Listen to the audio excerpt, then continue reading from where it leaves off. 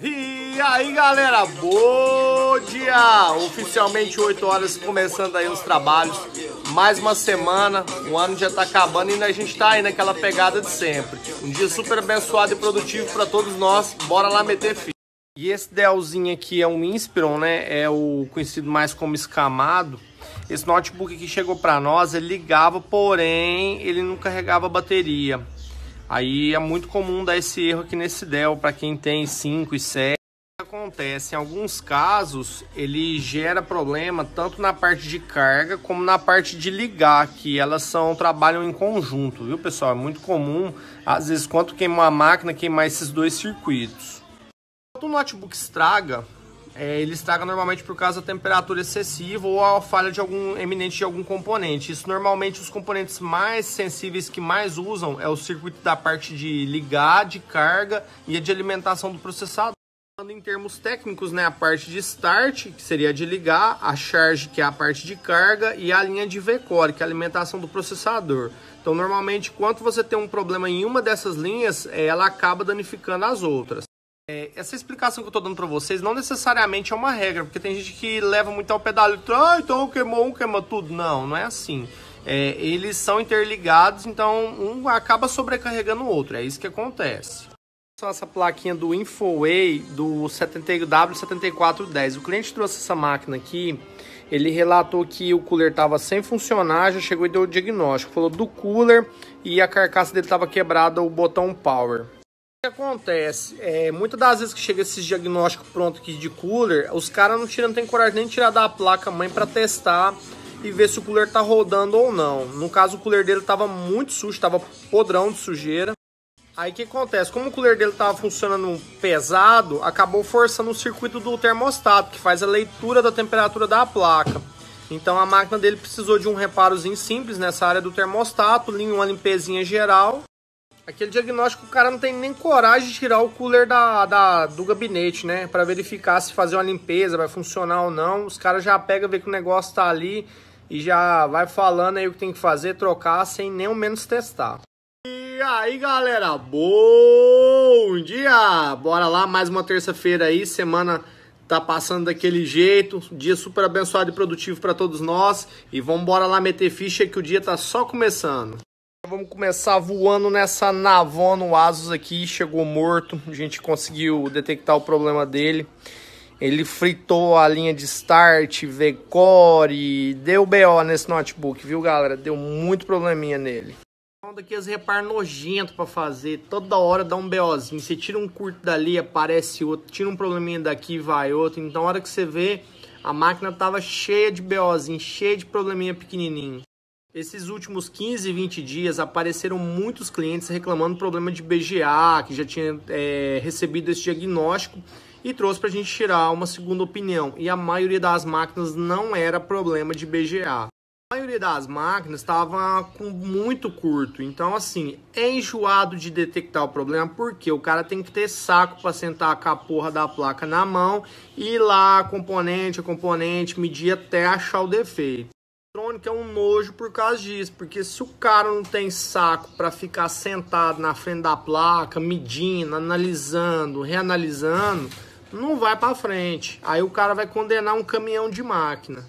Tem componente que é mais fácil de você detectar o problema, às vezes quando queima um capacitorzinho, um PWM, um MOSFET. Aí agora quando a giripoca pia, meu filho, o problema é grosso, o caboclo já fica desorientado. Já vai pra placa, vai dando um desesperão nele, vai dando um rupião nele, ele fala, vixe, meu Deus do céu, onde que eu entrei? Aí não dá conta de arrumar, o cara ou vai lá e condena a placa, ou simplesmente monta e devolve.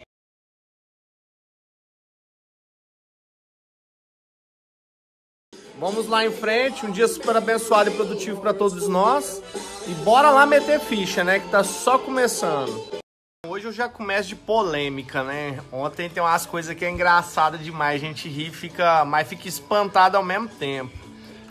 O cliente chegou aqui, né? Veio deixar a máquina ontem bem no final do expediente, era 6h10 já. E ele me contando, né, de uma assistência que levou a máquina e que os caras pegaram e desmontaram a máquina dele tudo, entregaram tudo quebrado, depois foram colar com o Super Bonder. E uma assistência até grande, aí isso que é o que mais espanta, movimentada. Enfim, né, só tenho a concluir, sim, não quero falar nome, citar nem nada, mas é muita desonestidade. Então, o que falta hoje muito nas pessoas é isso, né, um pouco mais de confiança e fazer o serviço com transparência. E essa questão de assistência, galera, tem que ser um negócio bem focado, sabe? Chegou, você leva, faz o orçamento, a conversa tem que ser transparente e a pessoa te esclarecer a sua dúvida. Não adianta você chegar a levar qualquer coisa que você for levar para um conserto e ficar cheio de dúvida. É igual quando vai uma pessoa que não tem muito conhecimento com oficina mecânica, um exemplo, né? Vai levar o carro para arrumar e o mecânico vê que a pessoa não conhece, às vezes, principalmente quando é mulher, o cara abusa, vai lá, mete a faca, inventa coisa que não existe. Infelizmente, essa desonestidade está impregnada em muitas pessoas, né? Então o cara já chega com aquele espírito de porco, já vai para fazer um negócio mal intencionado. E isso é muito ruim. E, graças a Deus a gente trabalha certinho, passa o orçamento pro cliente, passa o preço justo. Às vezes tem gente que acha caro, é seu direito, cotar, vai correr atrás, mas no geral posso dizer, afirmar uma coisa para vocês. Em termos de qualidade e preço, melhor que aqui não tem.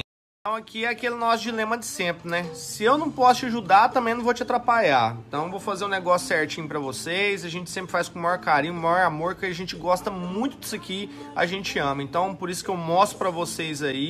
Então, se vocês precisarem aí de qualquer serviço na parte de manutenção de notebook, manutenção preventiva, reparo, a gente tá aqui para receber vocês, fazer um serviço top aí de qualidade. Graças a Deus nossa agenda aí tá sempre cheia, mas pode trazer que sempre tem espaço aqui para atender bem. Sem querer ser arrogante, mas nós somos a melhor assistência aqui do estado de Sergipe. Graças a Deus, aqui para bater de frente com nós em notebook, não tem igual não, pessoal. Aqui a gente é referência.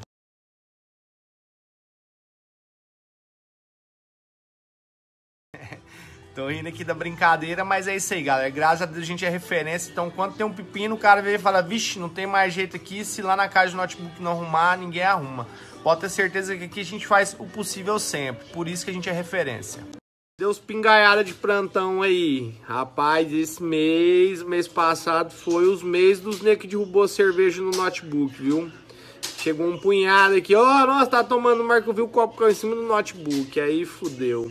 Esse aqui mesmo foi um NP300, já um notebook novo, a gente tirou o selinho aqui da carcaça antiga. Esse aqui é um Core i5 da 7ª geração com a GeForce NVIDIA. E ele derrubou a cerveja bem no meio do notebook aqui do teclado. No caso desse Samsung aqui, berrou o teclado. Aí caiu cerveja que assim, enquanto cai líquido, no geral, nem sempre o teclado volta a funcionar. Um ou outro que às vezes o cara dá sorte demais e não precisa trocar. Caiu uma mixaria de cerveja na placa, mas por sorte foi pouquinho, mas apesar e foi numa área assim que não é muito perigosa, que é uma linha secundária de proteção, mas deu um zinabrezinho na placa, oxidou, então a gente teve que fazer uma limpezinha técnica bem no cuidado. O Samsung, por conta do zinabre, precisou de uma limpeza técnica, uma limpeza mais detalhada, onde que a gente tem que sacar todos os componentes do circuito para refazer a solda, para ver se não ficou nem um resquício de oxidação, para não gerar problemas futuros na placa. E esse Dellzinho aqui, um 15000 5566, um notebookzinho top, um i5 da 7ª, só que o BO dele aqui é grosso, pessoal. Essa maquininha tá morta, não liga nada. Vou contar pra vocês aqui o que rolou. Olha só a história, né? O cliente, ele trabalha com esse negócio de parte de som. E segundo ele, foi ligar um cabo P2 que o cara entregou pra ele da mesa. Enquanto ele plugou o P2, a máquina apagou. Aí ele conseguiu ainda ligar a máquina uma vez.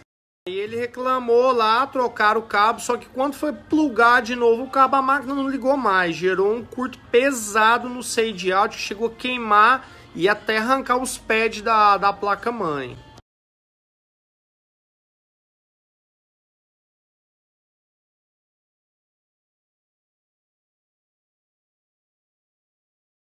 Postei a foto aí pra vocês verem que ele torrou o CI, só que ele jogou esse curto na Super I/O. A I/O é que controla tudo a máquina. Então a I/O é input, output, é teclado, tela, webcam, Wi-Fi. O que acontece? Quando chegou na I/O, a I/O despejou o curto para a placa inteira e não pegou o circuito de start, porque o curto não foi lá. Porque normalmente, quanto ao circuito de proteção, o fato de você plugar o carregador, ele apaga o LED do carregador. Já expliquei essa questão de apagar o LED, não é regra, tá bom? Mas a gente sabe que efetivamente o sistema de proteção funcionou, bacana? Nesse caso dele aqui, não compensa arrumar a placa, porque a gente vai ter que fazer jampear, vai ter que trocar muito componente. Se ele quisesse de fato insistir nessa placa, a gente até poderia tentar arrumá-la, mas o problema é que a quantidade de componentes que ia ter que trocar ia ficar quase o preço de uma placa-mãe nova, e sem contar que a gente não ia ter garantia da estabilidade do funcionamento. E a gente vai testar os outros componentes agora para ver se não queimam mais nada. E na pior das hipóteses, se ele quiser comprar a placa-mãe, ainda assim compensaria. Que essa placa-mãe aqui hoje custa em torno de R$ 1.500. Só para deixar um parênteses, ainda assim acredito que compensaria. Porque uma máquina nova nesse padrão hoje é em torno de R$ 2.500, R$ 2.800. E se não afetou mais nenhum componente, for só a placa, aí é show de bola.